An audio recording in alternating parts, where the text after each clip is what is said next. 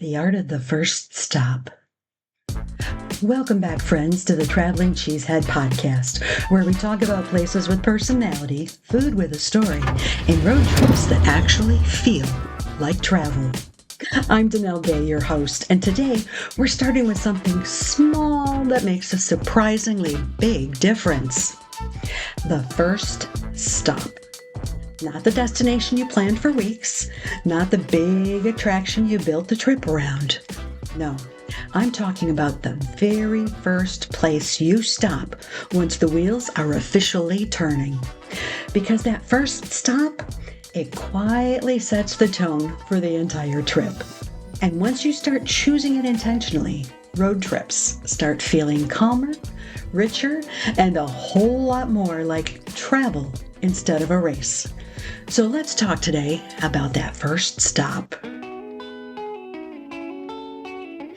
Now, why does the first stop matter? It actually matters more than you think. Most people don't think about their first stop at all. They just drive, they push through. They say things like, we'll stop when we're hungry, or let's just get some miles behind us first, or we can wait a few more exits before we hit that bathroom. And sure, sometimes that works. But more often, the first stop ends up rushed, noisy, and forgettable. Oh my gosh. Gas station bathrooms. Fast food you didn't really want. And everyone is slightly cranky and still mentally at home. That's not a great start to any adventure. The first stop is the moment when your trip officially begins. Emotionally, not just geographically. It's when you stop thinking about work, errands, and the last load of laundry and start thinking about where you are. Now, what a first good stop actually does? A good first stop doesn't need to be big or impressive. It needs to do three things. It helps slow you down. It helps you arrive mentally. And it reminds you that you're not in a rush anymore.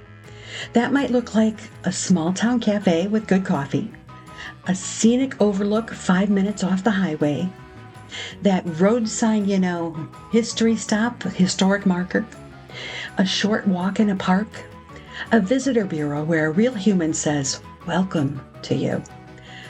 The best first stops don't overwhelm you. They just ground you. Now, how did I learn this? Well, it was the hard way. I didn't always do this well. For years, I treated the first stop as something just to get through. Drive hard, cover distance, make good time. But the trips that felt the most frantic, they almost always started that way. Eventually, I noticed something. The trips that felt calmer, the ones where everyone was in a better mood and more open to detours, almost always started with the first stop that felt intentional. A place where we sat instead of stood, a place where we talked instead of scrolled on our phones or tech, a place that said, you are here now. Once I noticed it, I couldn't unsee it. Now, what makes a first stop right? There's no universal perfect first stop, but there is a right one for you. A great first stop usually isn't rushed, isn't loud, isn't chosen out of desperation, and doesn't feel like a chore. It's chosen because it feels good. Sometimes it's practical. Sometimes it's beautiful. Sometimes it's just pleasant. And honestly, pleasant can be underrated. Now, first stops in our Midwest mentality. This is where the Midwest shows up. We're so good at long drives. We don't flinch at 10 hours in the car. We pack snacks. We plan playlists. We keep going. But that also means we're really good at skipping that pause. The first stop focuses you to pause, even briefly. And that pause is what turns driving into travel, my friends. So a few first stop road ideas. Now, these aren't rules, they're ideas.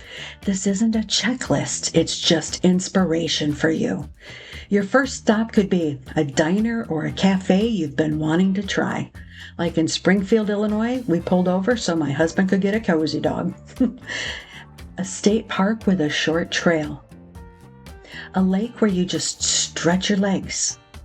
A visitor bureau where you grab a map and ask a question or two. A town square where you can just walk around for 10 minutes. Do you notice what these things have in common? None of them are urgent.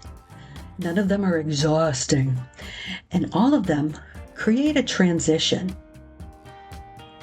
Now, how does that first step change the rest of your trip? Once you start a trip this way, something shifts. People are more patient. Detours feel fun instead of annoying if they happen down the road. Decisions just feel lighter. You stop asking, oh, are we behind schedule? And start asking, what else is around here? That's when the good stuff happens on a road trip. Okay, I've got one simple question for you to ask yourself. Before your next road trip, ask yourself this. Where do I want to officially begin this trip? Not where you're going to sleep, not where you'll end up, where it begins for you. Answer that and plan nothing else differently. You will feel the difference. So here's my final thoughts on this. The art of the first stop isn't about perfection.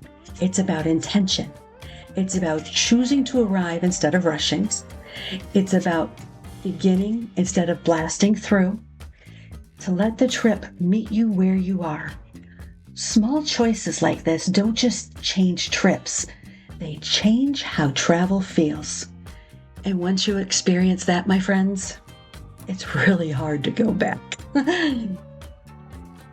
Now, if this episode helped you think about road trips a little differently, I'd love it if you'd like, follow, and share the Traveling Cheesehead podcast. Send it to someone you travel with. Send it to someone who is always just wanting to just get there. More good things are coming.